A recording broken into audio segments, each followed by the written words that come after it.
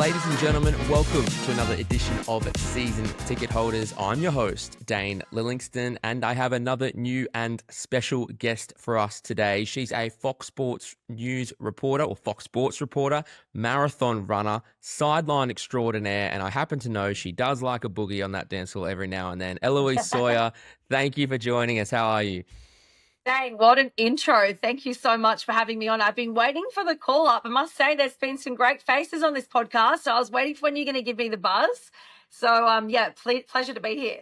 I saved the best for last, Ellie. You know that. So I'm glad we could finally get you on. Now, you've done an amazing job. We know each other through Fox Sports News. You've obviously worked your way up the ranks to Fox Sports, and now you've been on the back page. You've done netball coverage, cricket coverage, and right now people can catch you on our screens on Fox League weekends doing sideline, which you do an absolutely amazing job out there. Now, when I get guests for the first time, I just want you to tell us a little bit about who you are, what got you into sport. And I normally ask for your favourite team, but I know you don't really have a team. But just tell us what got you into your love, because you are very passionate about your sport. Yeah, so I think I just grew up in a family that loved initially rugby league. My dad and my brother and my cousins and what have you like to tell me about how good they were back in the day, especially dad, yesterday's hero. So I always grew up loving rugby league. And then I played netball at school and outside of school as well. And more recently, like you mentioned, been running marathons and stuff. So I've always had that sporty sort of spirit inside me, I guess. And then, yeah, I've always wanted to be on TV. So didn't know what that would look like when I was younger. But I always had a goal of some sort of presenting role, and I fell into sport when I moved back to Sydney after working regional and being away studying at university. So I've not looked back. It's been awesome. First job was in Fox Sports News, which is where I was alongside you, working as a producer. Then I was on the road reporting. Then I was a presenter, and now I've moved along to Fox League on the sideline, which is where I'm currently at the moment, and I'm loving it. It's a massive challenge. I'm doing it. This is my first year doing it full time, so always learning on the job, as we always find in this industry. But it's been a great ride so far. And you've done an absolutely amazing job. And for what a lot of people, that would be a dream job to do, a rugby league, NRL, sideline reporting, bird's eye view. You're chatting to the players, the coaches, post-game, pre-game, everything. Just give us a little bit of insight, because I know it's not the easiest job. I know there's a lot of prep that goes into this, that people don't think that you don't just rock up to a game and, do it all behind the scenes. Talk us through what a typical week, a day looks like, trying to get ready and then going to a game and doing this job. Yeah, for sure. So there is a lot that goes on behind the scenes in terms of your prep to make sure that I like to call them like insurance papers. You've got a note on each player that's lining up on that 1 to 17, so that if you need to say something about them, or they need to, you need some extra information, or there's something really exciting about them that's happened in their life, their personal life, or whatever it may be, you've got something you can add to the broadcast. Maybe you won't use it, maybe you will. So for instance, this weekend, round 23, I've got a game Thursday, Friday, Saturday, and Sunday. So Monday, I like to treat as sort of like a bit of a day off after working all last weekend, just sort of recoup, get sort of life admin done. Tuesday, I'll look at the team list when 4 o'clock, when they're announced. I'll go through 1 to 17, make sure I can sort of look at the big ins and outs, and then I'll start to get my prep together for each of the games. So write out 1 to 17, and I'll get some notes on them, whether that's looking at their stats for the last time they played this team. Perhaps it's not necessarily just like how many meters they ran last week. That might not add anything, or this is their 6th try for the season, but perhaps it's a winger who's never scored against, or has scored against every single team except this team that they face now. Like something that can be quite interesting in terms of the stats. Maybe, like I mentioned, it's something like they welcomed a baby boy with their wife this week, or they welcomed, they did something or rather in their personal life that's been really special. They proposed to their partner, whatever. Or perhaps it's where their negotiations contracts are at. So at the weekend, I was doing the West Tigers game. Adam Dewey had an absolute blinder. And it was just this week that his contract negotiations had been all the talk about him going to the Dragons. So it was kind of timely that, I could talk about that when he did something, because he was involved a lot on Sunday. So, yeah, that's what my week looks like, planning for each of those games, going Thursday, Friday, Saturday, Sunday, having notes on each one of those players, prepping also for my pre-game interviews. I'll talk to the producer around Tuesday and Wednesday. They'll tell me who they've got lined up for the pre-game, and then I'll go ahead and prepare 3 or 4 questions to ask them. And then you're on the road traveling. So get down to the ground, get hair and makeup, just do my hair and makeup at the hotel or at home here, and then travel out, get there about 2 hours before kickoff. And that's usually when the first interview is, about 2 hours. And then you're kind of just getting your last minute bits. And I've sort of realized in the last couple of weeks as well, like really important for sideline to sort of go and speak to some people that are involved with the club, whether that, and I've built that rapport with people since the beginning of the year, is trying to get to know different people within the organization, whether it's the media managers, whether it's a player that's injured with this, that, or the other, having a chat to them and like, what was training like this week? What happened? Blah, blah, blah. And sometimes you can get some really good gold. The other week, Fox had dyed his hair. He came with peroxide blonde hair. I had Jason Riles in the pregame. Once the interview was over, I was like, oh, why has Fox got his blonde hair? He's like, oh, he was late to training, rolled the dice, blah, blah, blah. So then Fox scored a try, and I was like, he rolled the dice, he had to dye his hair. It was a bit of an inside joke into Parramatta, and as it turns out, his dyeing his hair went viral. It was 1.4 million followers. It was just a little bit of tidbit that I got from Jason Riles by, just trying to ask those questions. So that's sort of what you're there to try and build something, to bring something to the broadcast that you might not necessarily know as a fan at home. Did he want to do it, or was that a punishment? No, it was a punishment. So he was late to training. He had to roll the dice, and the punishment was to dye his hair blonde. But being Fox, he embraced the whole thing and made it mad. So he looked good. He rocked it. Yeah, nice. Now, when you do the half line and there's injuries and things like that, and when you do the halftime report, I know people always think like you're in that inner sanctum. What's that like? Like, how are you gathering that information? For people who don't know at home, how are you gathering that information, and who are you talking to in those moments to get that type of thing? Yep. So depending on the club, you can be talking to the assistant that's down in the bench. Media managers will go into that. We're not actually in the dressing room, and depending who you get to chat to, they'll give you some really good gold, or maybe it's a trainer, like someone that you kind of get used to who you're supposed to ask. So once they come out after the halftime, like, oh, can I just get something quickly? What was said? Yeah, this, and this. This is what he wants. Really happy with that. Not happy with that. The other week, I was doing a Cowboys game. And like someone from the bench just told me like, oh, he was really angry. He singled players out.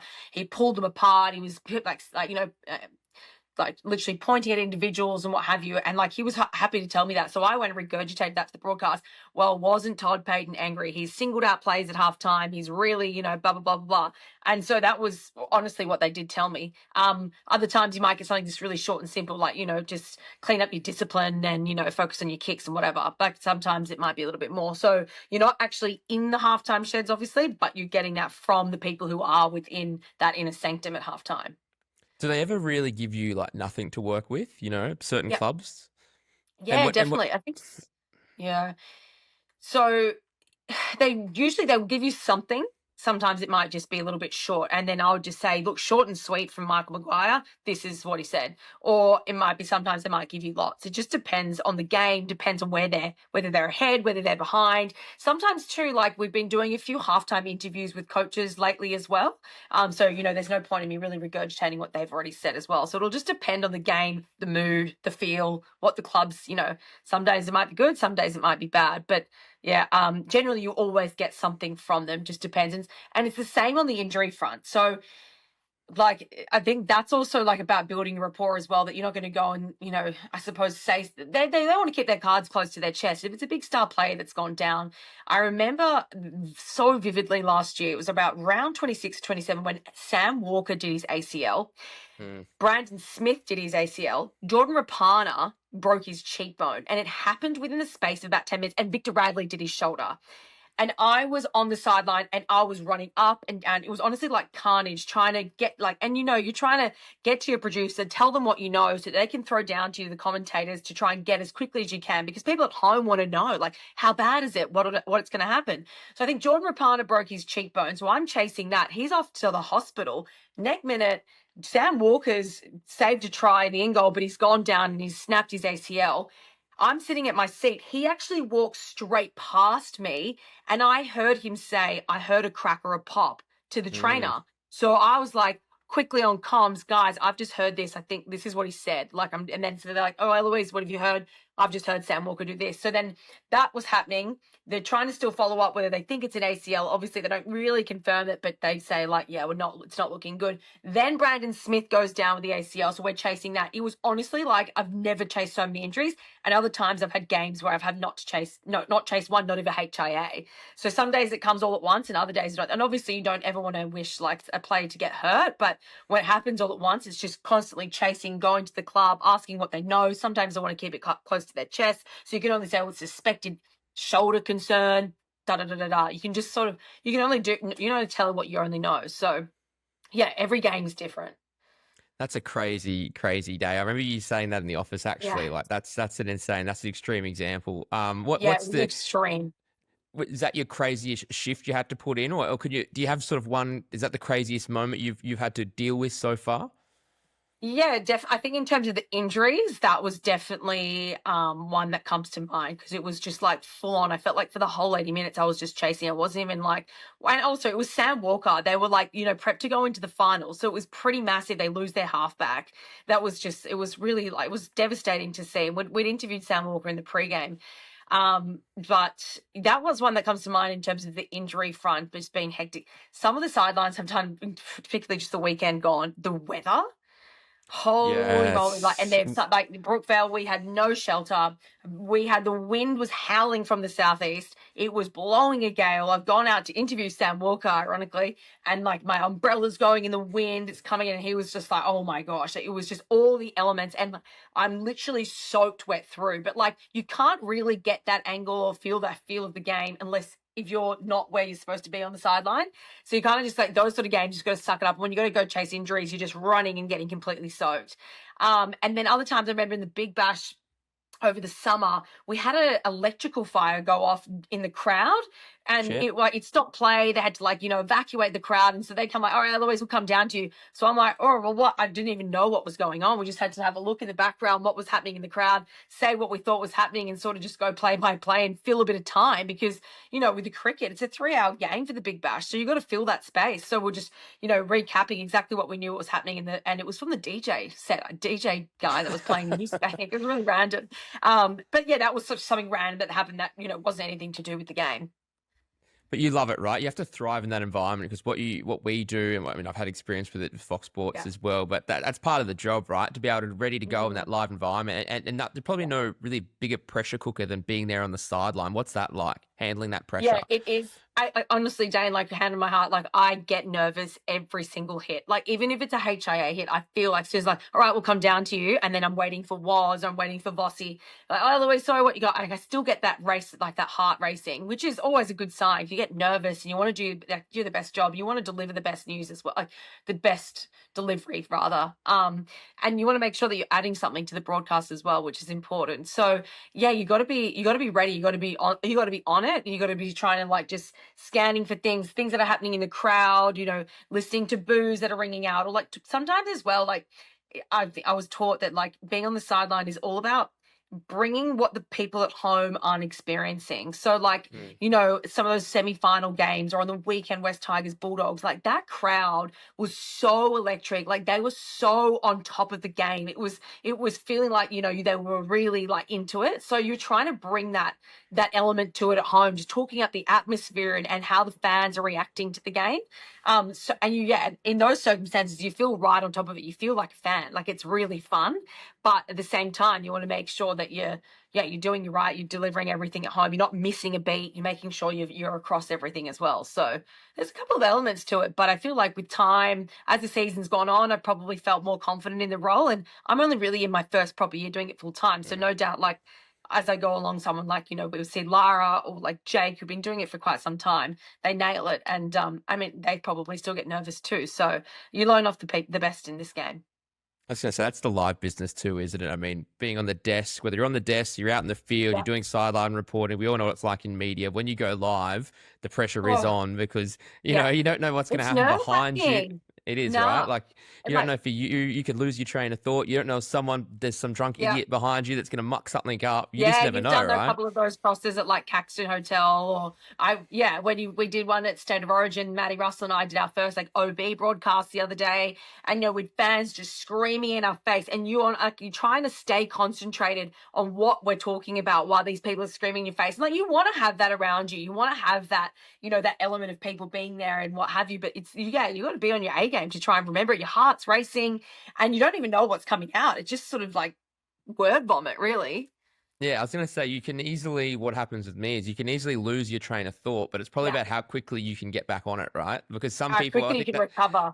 Yeah. That's the sink or swim type of thing, which I know a lot of people look at us and go, I don't know how you do it. I hated public speaking, or I Yeah. couldn't be in front of a camera, or, it when we try and interview people off the street sometimes, the pressure does get on. Not everyone enjoys that.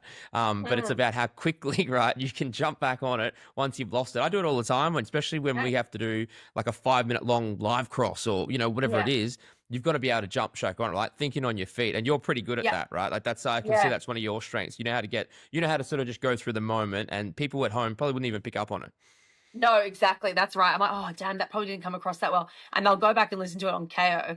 And I'm like, oh, actually, it wasn't even that bad. Like, you probably think Hmm. it's worse in your mind. And like people at home don't really see that, don't see that. And you can't get caught up thinking about, oh, did I fumble that? Or I think one time I accidentally called Fletcher Sharp Fletcher Hunt. I just got the two names mixed up. They both had a mullet. And I'm like, don't worry. You just got to go, right, just block it out. Next time he does something, call him the correct name. Like it was a pure accident. You know what I mean? Like you can't get rattled by it. Otherwise you just end up in a whole like heap of a mess on the sideline. So you got to try and hold it together. But I've definitely stuffed up over the years. I've had live crosses that have just like I look like a deer in headlights, and I remember those ones so clearly. But it's like you say, how you get on with it and how you get back on the horse to just forget about it. And like you become a bit of a meme on social media. I've had one incident this year when I was doing an interview, and it was a pre-record, but it was meant to look live, and it ended up going on socials, and it was anyway. It wasn't supposed to go to air because it was pre-recorded. But instead of letting it get to me, you just got to go right. Just let it go. It's fine. It's not an issue. Just move on. Otherwise,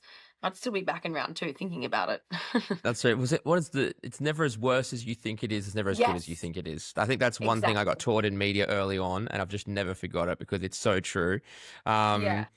I also what think was like I think Yeah, I think it's people are like, I could never do your job. I could never speak to that many people. You kind of forget how many people are watching sometimes. Like, I'm not like getting up there and speaking to like 300,000 people in a room. Like, I would be so nervous to do that. In fact, I'd probably hate that. But because it's like you're in a camera or you just, I'm talking into a comm box. I've just got a microphone and I've got a monitor of the TV in front of me and I'm pressing on a button. You don't really realize sometimes, which can also help ease that pressure or ease those nerves. 100%? You were in the headlines. I know there's one with the Zach Lomax dacking. Do you want to talk about Yes. that? I mean, I Yeah. didn't think it was too big a deal. I was doing my research before, but to me, it didn't seem like a big deal. But obviously, Joe Ofungawi came, dacked Lomax while you were doing a sideline interview him. Just talk us that Mm. story. What was that like for you? Yeah, so Zach was injured. It was in the trials. Zach was injured, so he was like, "Yeah, sure, and have a chat." I think Joa Fangawi had just come off the field. We were having a chat about where he was at the moment, how far off his injury was, and then he gets dacked. But I was sort of looking up at Zach, so I didn't see the dacking. I kind of saw it in my peripheral, but like that was sort of it. And then all the crowd went crazy.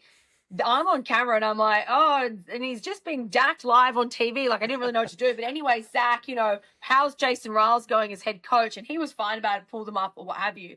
And I think obviously the Eels weren't happy about it. It wasn't a good look, but it could have been way worse. I didn't see anything. I was fine. I was like, he apologized. He's like, oh, sorry. It was completely. Joe F. and Gary reached out, apologized. I was like, don't worry, it's all good.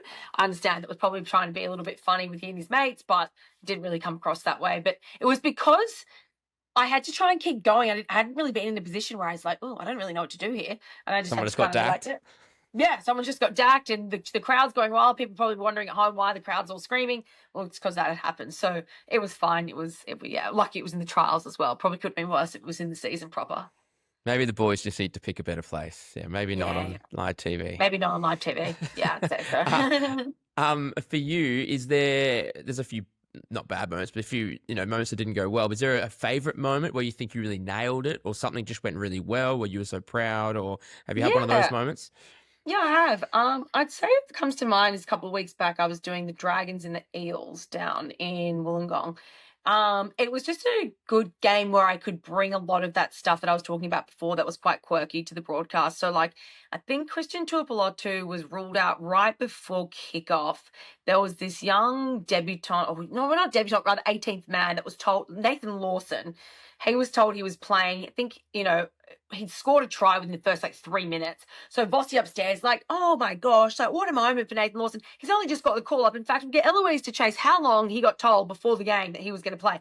I go down to the bench. They tell me straight away he got told 4 minutes before kickoff. I run back, I get that. That's awesome. Get it to air. He's only got to being told 4 minutes. He's the first try scorer. Then he scores a double.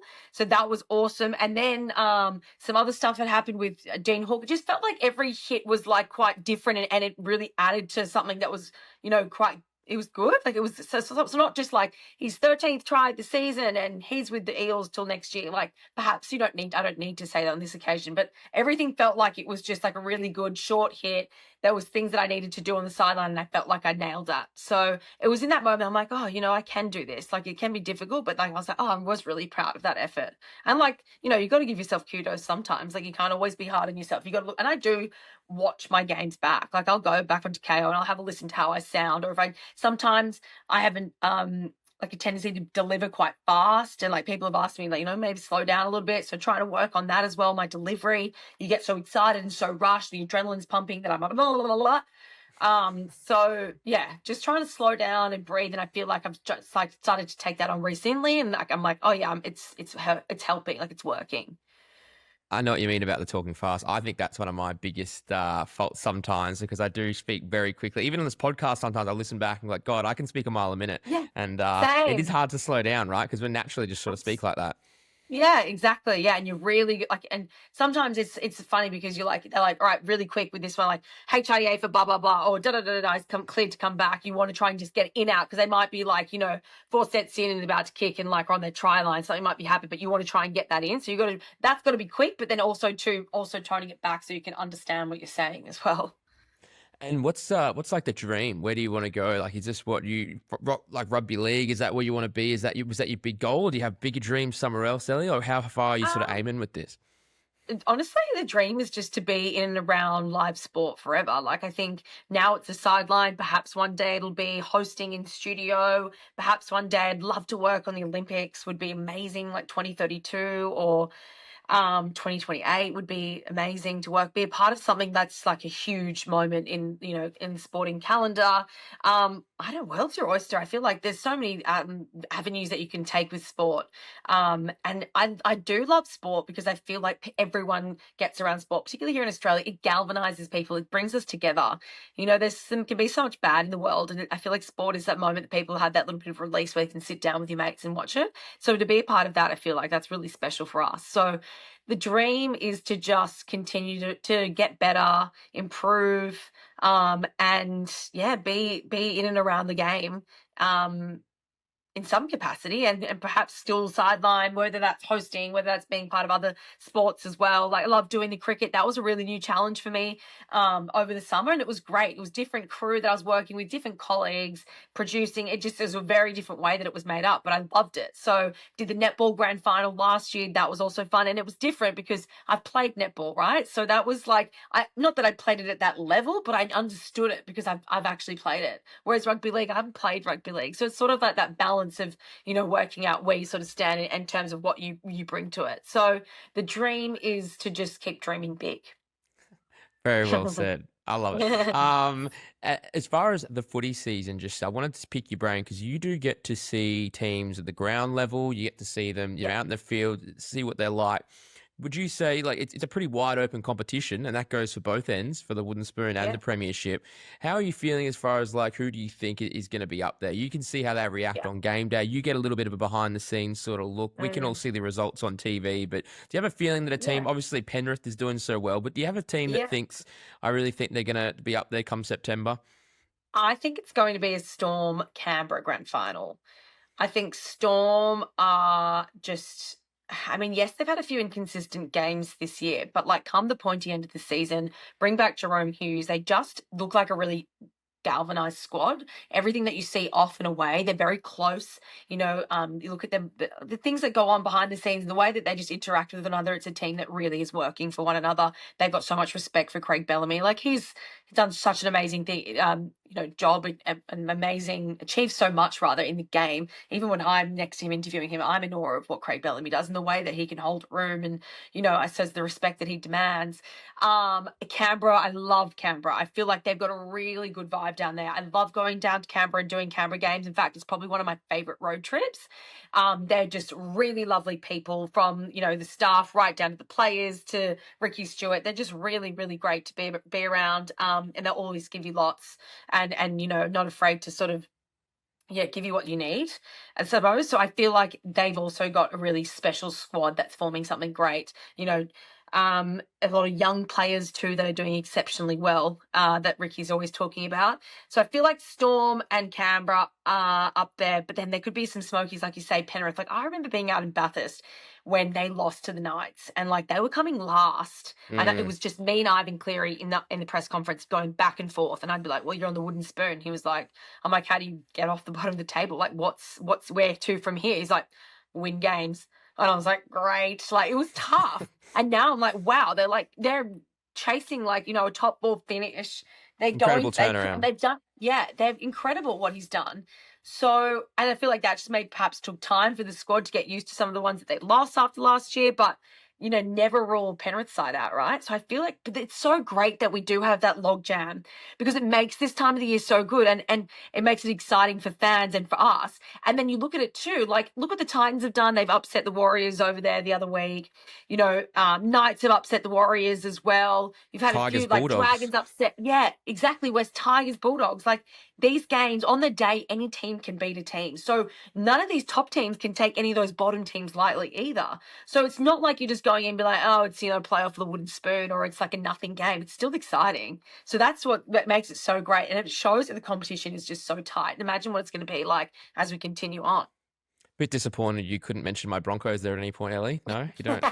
60 points there. I do like your Broncos. I do like. I've got your Broncos tomorrow, Thursday in Melbourne. It's a big test for you boys.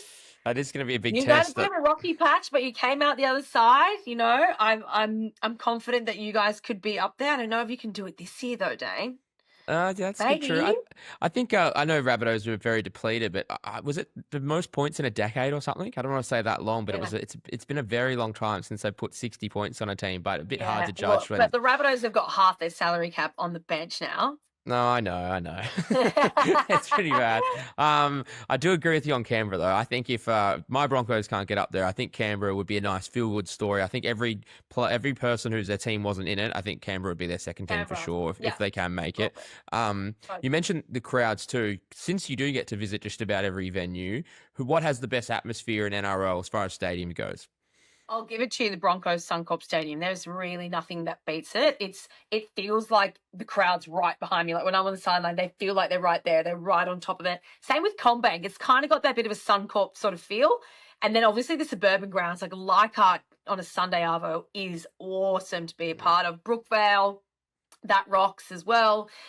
Amy Park down in Melbourne's a really good stadium. I actually don't really like.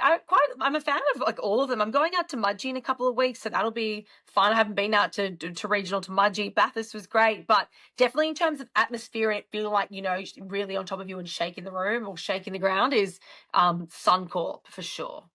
Okay, I agree with that. And then as far as fans then as well, another be a tough one, but who do you think has the most passion or loudest fans when you get behind them like that? Bulldogs, hands down. I've done 2 games sideline at Belmore, and I should have mentioned that as well. That is crazy. I could hardly hear myself think or hear the commentators in my mind, in my headset, because the drums, the noise, like they are just involved in every play.